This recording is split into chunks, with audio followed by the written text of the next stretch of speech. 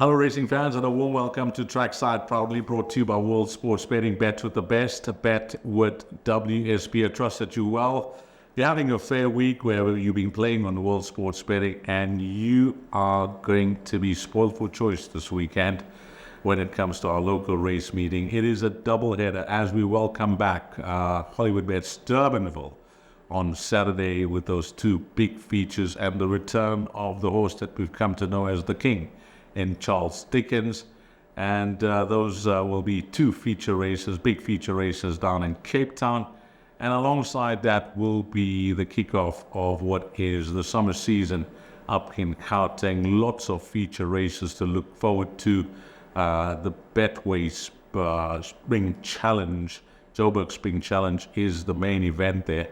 And they put a sweetener for you, the exotic player, if you're a pick six follower, of R1 million, and that estimated pool will be R6 million. So there's lots to play for. There are many horses that will be running on over the weekend at both those centers, and then we'll end up on Sunday where we race at Greyville. Yeah, I've had a look, I've sifted through both race cards, and I've come up with four horses. Our four to follow as it's come to know on Trackside. Two trebles will be up on the World Sports Betting menu. So where we go with our four horses. One will come up at Durbanville, one at Turffontein, and two at Greyville. Our first will be at Turffontein, and well, it is the first leg of the pick six. Can you believe that? The banker, hopefully, and the horse to get these trebles off to a flying start. It is the Bloodstock South Africa Sales Cup. It's over 1,450 meters. You need to get your bets on by 13:35 if you're going to play into this pick six. And the horse I'm going for is the horse that I know will be on the top of betting boards, called Gimme Another Chance. It's Mike de Kock teaming up with JP van der Merwe. Will ride this horse for the first time. Been partnered by Keegan de Mello during his 3-year-old campaign, the son of Gimme the Green Light. And of course, Craig Zaki, who is engaged to ride for Dean Kahneman, and of course Kaya Stables rides at Durbanville, so therefore JP van der Merwe will ride this. Now his form is faultless, as you can see, as a 3-year-old, and he was tried and tested against the best of his generation, especially his last start before the layoff, which was on a Hollywood Bet's Durban July Day in that Golden Horseshoe, where he came up against a subsequent Grade 1 winner and an Equus champion juvenile in Sandringham Summit, St. Bart David Neverhazen. Now that was a tremendous run from this individual, considering the draw that he had, 12 out of the 13 runners, and he did stay on best of the rest. Yes, there is a line of form between himself and Guy Gibson, but he was drawn 12 out of 30.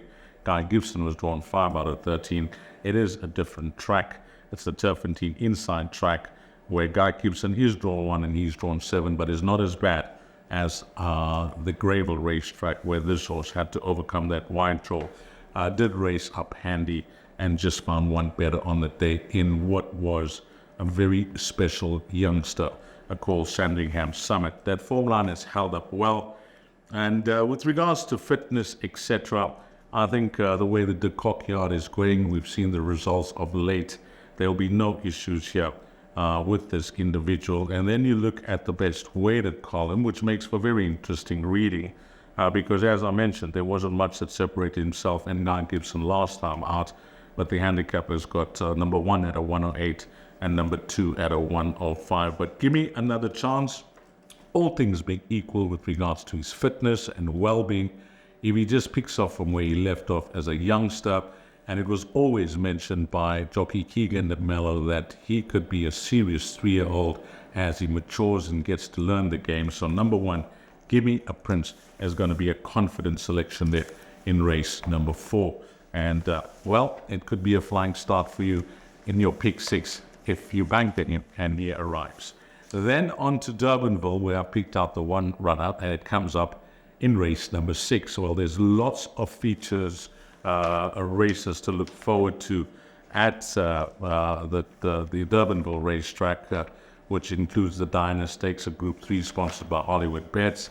That's race number 7. And of course, the Honored Bets Matcham Stakes in Group 3 over 1,400 meters, where Charles Dickens takes his place. But I've gone for this race, a progress plate for 3-year-olds, and it's attracted a quality field. I mean, these horses are all going to be aimed at, the feature races to come. This will be the starting point for them for their season. Of course, the Guineas and the Derby are the 2 main races for these 3-year-olds during the Cape summer season. But this horse here, called Jerusalem Rain, who will debut for Candice Bash Robinson, he's a horse that's always been rated from day one, having a chat to Ashley Fortune, Andrew Fortune, chatting to Elder de Meyer. And you can recall when he won his maiden and Elder traveled to the Vaal racetrack to go and win on him. That day in that interview, it was clear that he rated the horse, and he was of the opinion that this horse can only build on that performance and get better as he gets older.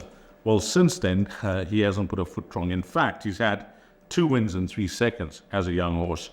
And again, I mentioned with our first horse called Give Me Another Chance, that horse called Sandringham Summit. Well, this horse has got a major scalp. He's beaten the Equus champion juvenile, Jerusalem Rain, and he went on to run second behind a horse called Main Defender, who is a serious racehorse. Main Defender won 3 on the bounce before he was beaten by Sandringham Summit. And I will tell you that this race is at 15:35.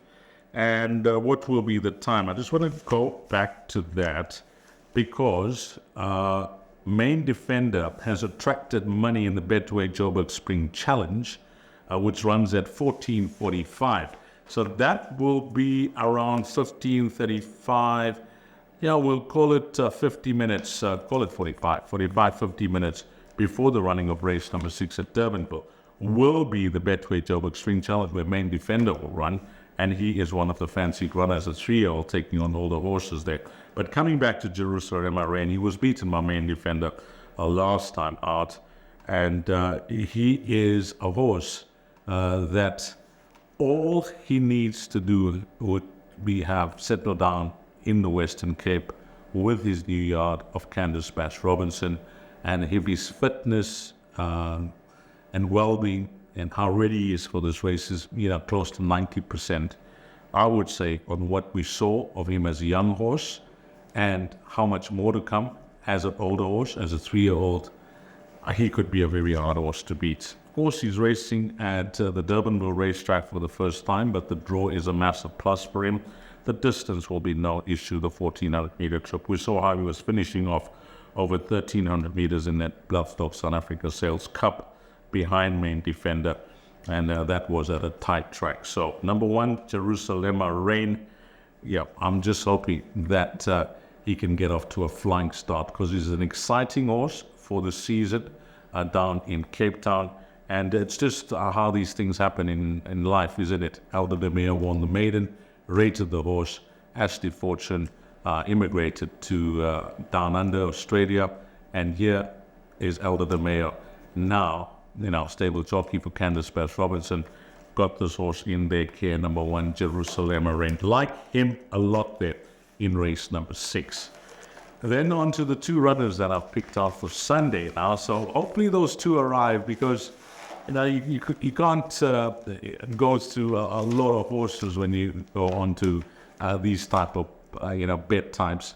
So it's always 4 to follow. Sometimes I pick 5 horses and juggle them around, but I picked out 4 for this weekend from 3 race meetings, and I've gone with 2 horses at Greyville. The first of our 2 will come up in race number 5 over 2,200 meters, and this is what I call a follow-up. Because when we last had number 2 Swickton's Nick's run, I did tip this horse on the show, and I tipped it quite confidently that day. And I must just say that I don't know whether it was by design or it just happened that the horse jumped so well, and Atantiwe found himself in such a beautiful position, or, whatever it was, he was used off from the draw. That's it is. 10 out of 12 runs. He was used off from the draw. And when he used off from the draw, going that type of distance, 1,900 meters, you'll need to be supremely fit. And, of course, He'll need to try and get them on the break. But this horse had very little to come over the final 200 meters. He ran to a point and he ran exceptionally well, but because he was being used up in the early part of the race, he didn't find the finish. Now it's a major drawstring around for him. He's drawn 2, whereas last time out he was drawn 10 out of 12. With regards to the distance, 2,200 meters, don't be put off that you think that he wasn't finishing off his race last time out. I'm putting it down to the draw, because if you go to his run a few runs back over 2,400 meters, he was finishing off that race very well, coming from off the pace. So he's related to that horse called Stately Home, trained by St. John Gray, who gets 2,000 meters, actually won over 2,000 and 1,800 meters. So I see no problem with this Hollywood Bets Durbanville line distance of 2,200 meters for number 2, Swift Nicks. So, it is a follow-up. Went for the horse last time out, disappointed. I can't let him run loose this time around. There's some respect that I have. I say some respect for number 7, Imaginable, who beat him last time out, but is, now drawn 7. I'll make that the only danger in the race. But I think number 2, Swift Nicks, will be at a decent price, and hopefully he can set the record straight now that we wait for him again. If he doesn't arrive this time around, then he's not one that we're going to follow up on. And then my last of our 4 horses to follow comes up in the lucky last, and no prizes for guessing, because you would have had a look at the race and maybe you would have thought maybe Deez Diamond could tip a horse that is involved in. Well, I am. Race number 8, 1,600 meters, merit rated 84 handicap. The horse's name is Captain of the Green, and Garrett Van Zyl, Sereno Moodley. He's a horse that was gelded on the 13th of March, and he was in desperate need of the gelding, getting too playful. And his first run back after gelding on the 13th of May was a tremendous performance, considering what was expected from the yard, that they thought that he's likely to be in need of the run. But they did give him a place chance, and place he did. He came from somewhere behind to run 3rd behind Ponte Pitre, who's a very, very good horse, and he races at Durbanville on Saturday as well. He's having his first run as a gelding. Comes up in race number 9, closing off that pick 6 days. A very interesting runner on Saturday, and I think he's one to follow. But this horse was beaten by Ponte Pitre, flying at the finish. And then it was just unfortunate that there was an issue with him, an unfortunate setback. And nothing serious, I must add, but he just needed time off, and he was given the time off. And his first run back, again, nothing serious was expected from the horse. Gareth just mentioned, we'll leave him alone from the draw and hopefully be running on, showing us his well-being, etc. And wow, didn't he run on and run on smartly behind those dead heaters, caused Bevy's delight and expectation. He actually ran those courses dead heated for first. And if you watch that replay, you think that he's moving around a green, going through horses in the closing stages of the race. We're going to watch it again, because it wasn't green. That horse that ran 4th, Cooper Leeway, he actually wanted to take a bite at the horse. You watch that replay and you'll see it, and that cost him dearly. I think he could have won that race, but for that incident. So there will be an equipment change for him come Sunday. And although he's poorly drawn, we know how quickly he can finish off his race. And hopefully he doesn't have Everest to climb, because he seems to, have a lot to do turning into the straight, but he does have a serious turn of foot. With regard to his well-being, etc., it's a 10 out of 10 going into this race, and the stable are confident that whatever beats it will win. Race number 8, Captain of the Green. And that is it, guys. We got 4 horses to follow, 1 at Turffontein, 1 at Durbanville, 2 at Greyville on Sunday. Get some bumper weekend for you, the valued racing fan. And on behalf of World Sports Betting, thanks to all the punters, but more importantly and more especially, thanks to you, the valued customer. Until next week, you take care. Salaniga.